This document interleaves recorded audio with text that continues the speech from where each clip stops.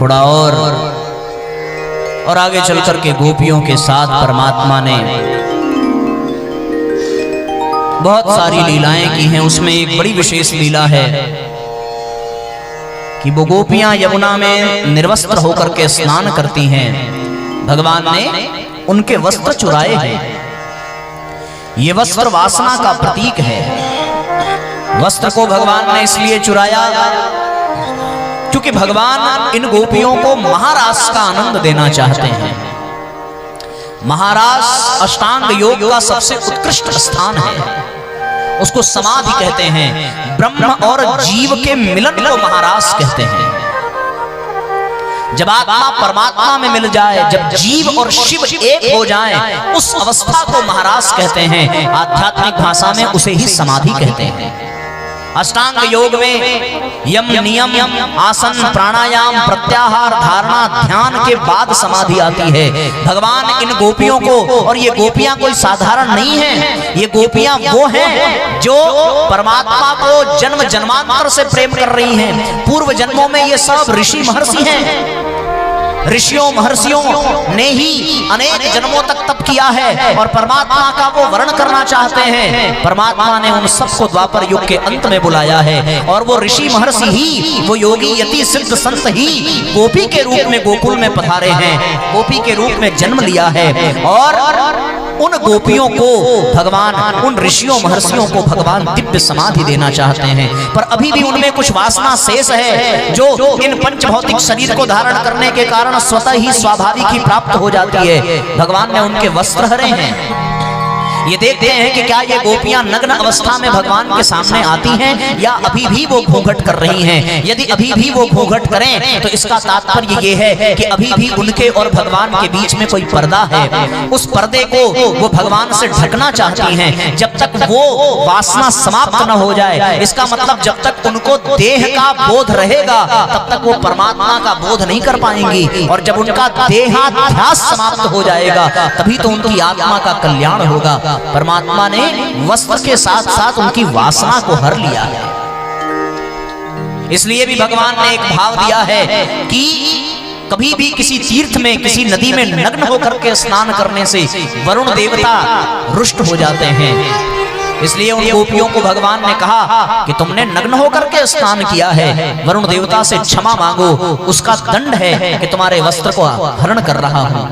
और वस्त्र का हरण यानी वासना का हरण है। अब वो गोपियां बिल्कुल निर्विकार हो चुकी हैं।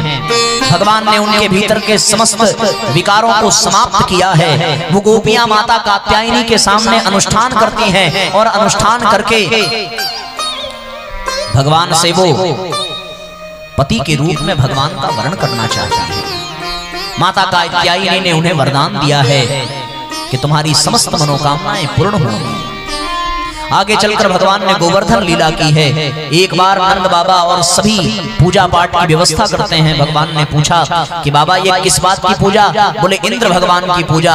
बोले किस लिए? बोले इंद्र से यदि पूजा न हो तो वर्षा न होगी, वर्षा न होगी तो हमारा अन्न कैसे प्राप्त होगा? भगवान ने कहा कि बाबा पूजा करनी ही है तो उनकी पूजा करें जो प्रत्यक्ष देवता हैं, जो हमें प्रत्यक्ष लाभ देते हैं। इंद्र अवश्य, वेदों में इंद्र की पूजा का विधान है, पर वो पूजा स्वार्थ से रहित होनी चाहिए। भय से पूजा नहीं करनी चाहिए। गोकुल के वृंदावन के लोग भय से पूजा करते हैं कि इंद्र नाराज हो जाएगा इसलिए उसकी पूजा करो। भाव नहीं है। भगवान ने कहा पूजा भय से नहीं, भाव से होनी चाहिए। और भाव से उनकी पूजा करें जिनका प्रत्यक्ष लाभ मिले। प्रत्यक्ष लाभ किसका मिलता है? बोले वृक्षों से मिलता है। प्रत्यक्ष लाभ किसके मिलता है? बोले सूर्य से। किससे? बोले नदी से।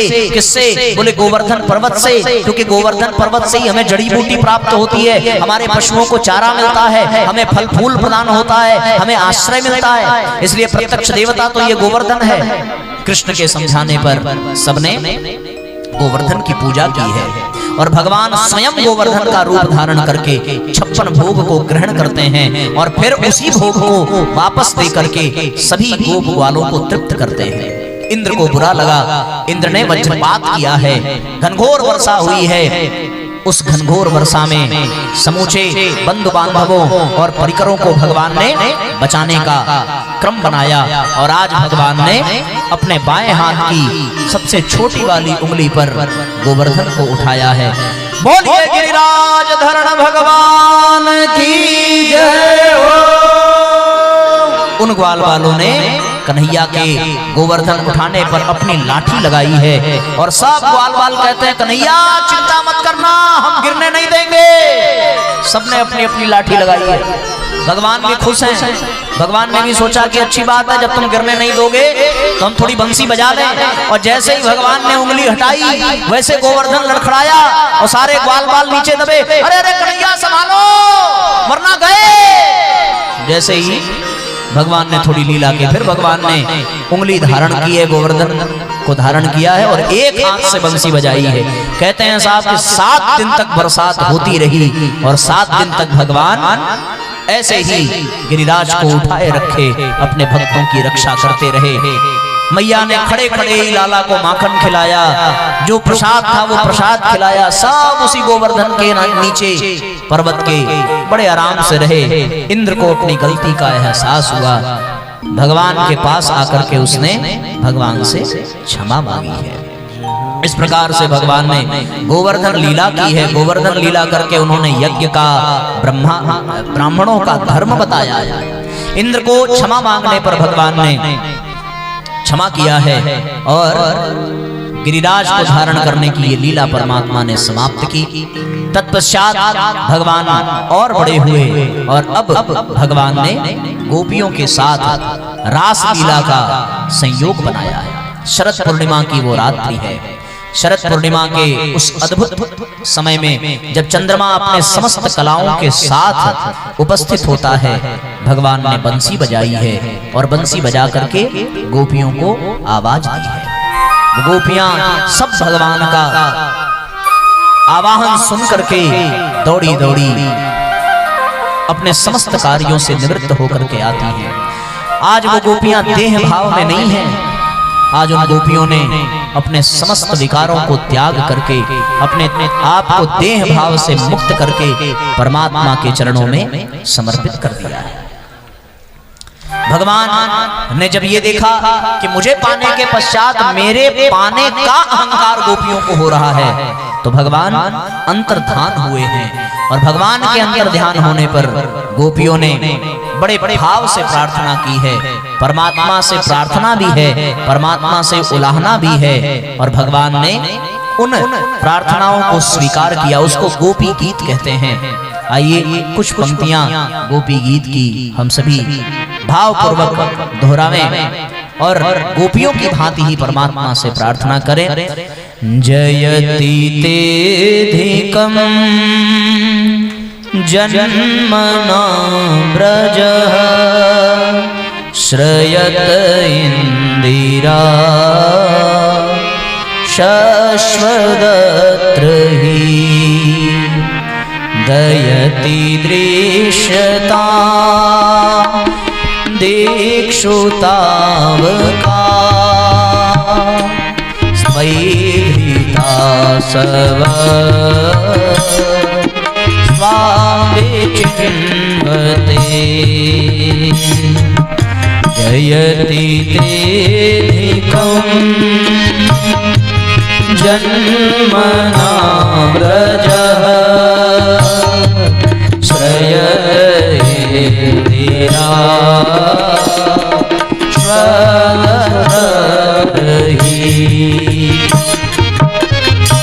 अनेकानेक मंत्रों के साथ, श्लोकों के साथ गोपियों ने अपनी भावनाएं व्यक्त की है। गोपियों ने गाया है तव कथामृतं तप्त जीवनं कविभिरीडितं कल्मषापहम् श्रवणमङ्गलं श्रीमदाततं भुवि क्रीडन्ति ते भुवनमोहना भूरि गाजना ध्रुवी गिणती ते भूरि गाजना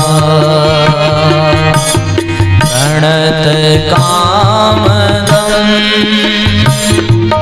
पद्मजार्चितं धरणिमण्डनं ध्येयमापदि चरणपङ्कजं शन्तमं च ते रमणनः स्तने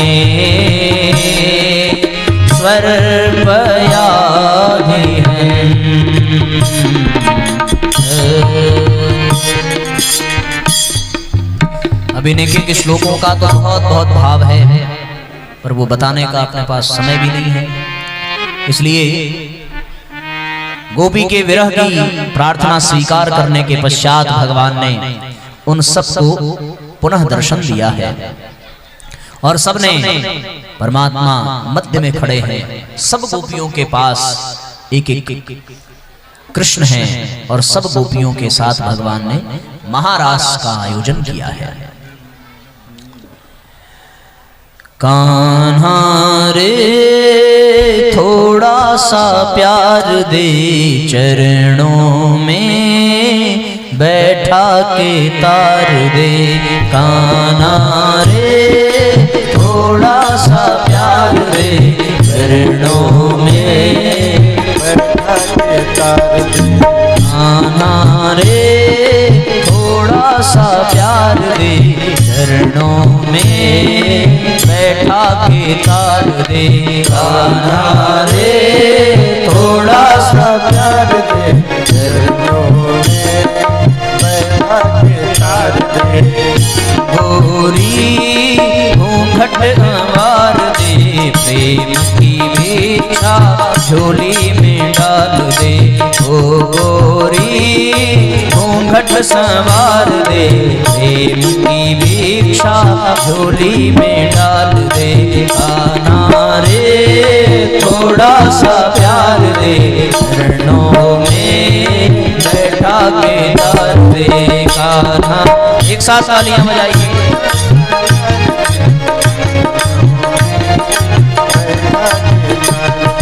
प्रेम गली में आके गुजरिया भूल गई रे घर की डगरिया।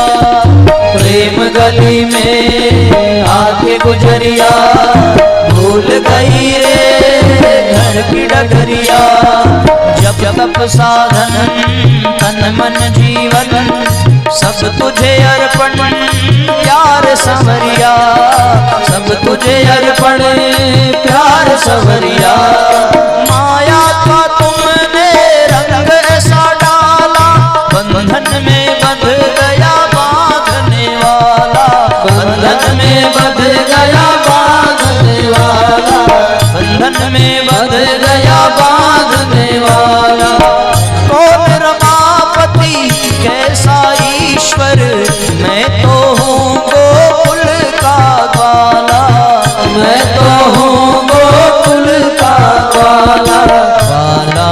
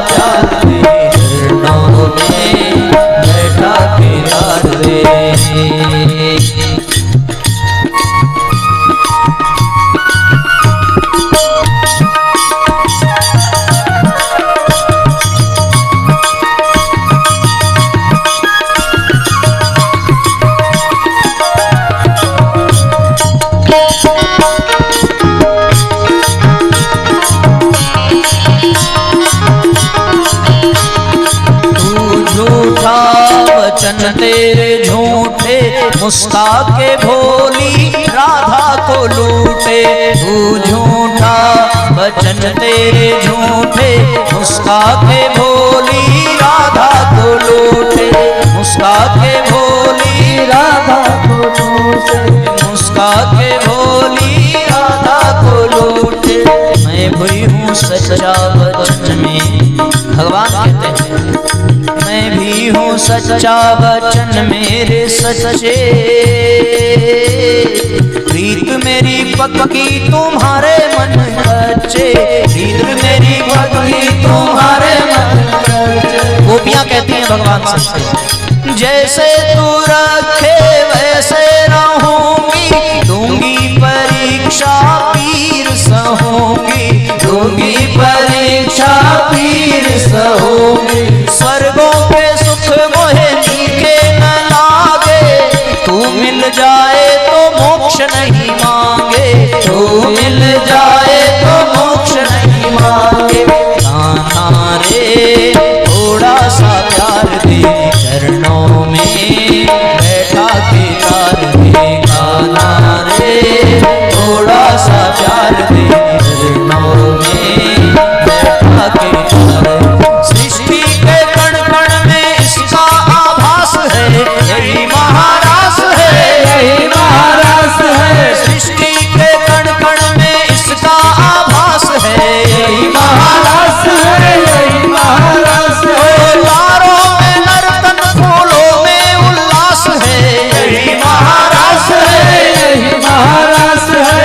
मुरली की प्रतिध्वनि दिशाओं के पास है, यही महारास है, यही महारास है। आध्यात्मिक चेतना का सब में विकास है, यही महारास है, यही महारास है, यही महारास है, यही महारास है, यही महारास है, यही महारास है, यही महारास है। अरे थोड़ा सा प्यार दे, चरणों में बैठा के तार दे। कान्हा रे थोड़ा सा प्यार दे, चरणों में बैठा के तार दे, चरणों में